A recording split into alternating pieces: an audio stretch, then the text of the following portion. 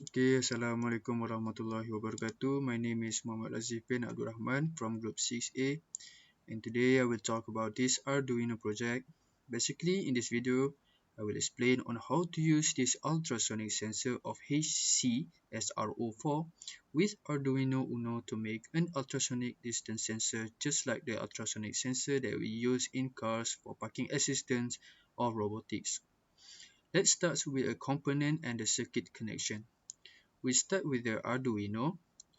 It is connected to 16 by 2 LCD down here and 4 pins data and the orange one, and the enable pin, the blue one, and the register select pins connected to Arduino, the yellow one. The VCC from the LCD is connected to the 5 volt on the Arduino, and the ground from the LCD is connected to the ground on Arduino. Read write and contrast pin here is connected to the ground backlight. LED positive pin connected to the VCC. The positive one, the red one, is connected to the VCC, and the negative pin of the black light here is connected to 1 kilo ohm resistor and connected to the ground. And here is the HCSR04 ultrasonic sensor. It has two elements, one element called trigger, and that's the ultrasonic transmitter, and that's the receive element called echo. VCC is connected to the 5 volt on Arduino, and the ground, which is the black one, is connected to the ground on Arduino. Okay, and here is the trigger or transmit. We pin connected to the Arduino on pin number 9, the green color, the trigger one, and the echo is connected to pin number 10, the yellow one. Echo to pin number 10 and trigger to pin number 9. Okay, so basically that is all the component and the circuit connection on the Thinkercad for this project. Okay, so we move to the coding. Okay, so here is the code that I've already put here. It is a very easy, straightforward coding. First, we include the LCD library and we define the LCD connection.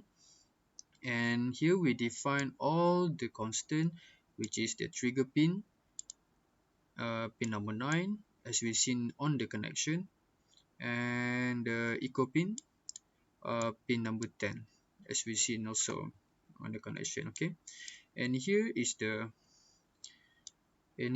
duration variable, this one,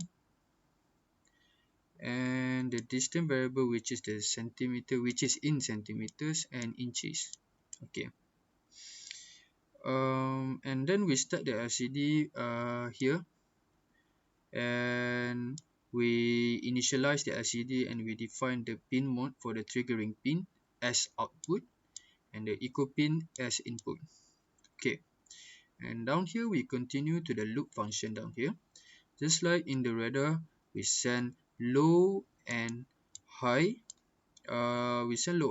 pulses on the triggering pin with 2 microseconds in between, and then we have a delay of 10 microseconds, that delay for the signal reception. Then here is a line of code we use the pulse in function to measure the duration at which we receive the high signal from the echo pin or the reception pin. Okay, this one. Okay, then we calculate the distance in cm using the speed of sound and the duration variable divided by 2, the two-way trip here. Okay, same goes to the data in inches with the same method. Then we write the result on the LCD with both distance in cm and inches here, all this. Okay, that's all for the coding. Okay, Now we start the simulation.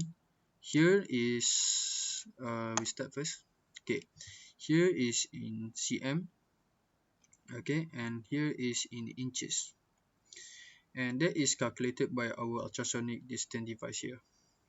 Okay, here we click on the ultrasonic sensor, and we find that the target is appear on Thinkercad as a small object. Okay, and the object we can move around. We can see here the distance is automatically calculated by our sensor here.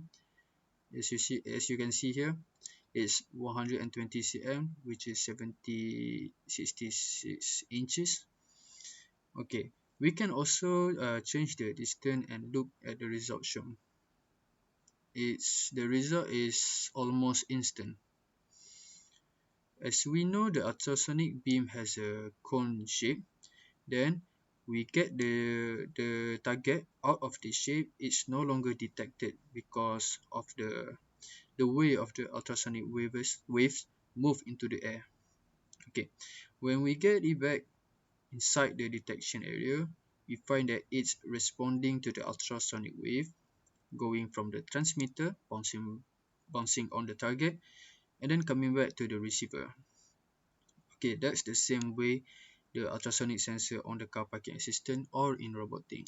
Okay, for the subject, we can apply it on a smart home, where we can apply on our a home garage, where we can assist the parking to make it more easy, so we can predict the distance between the wall and our car bumper.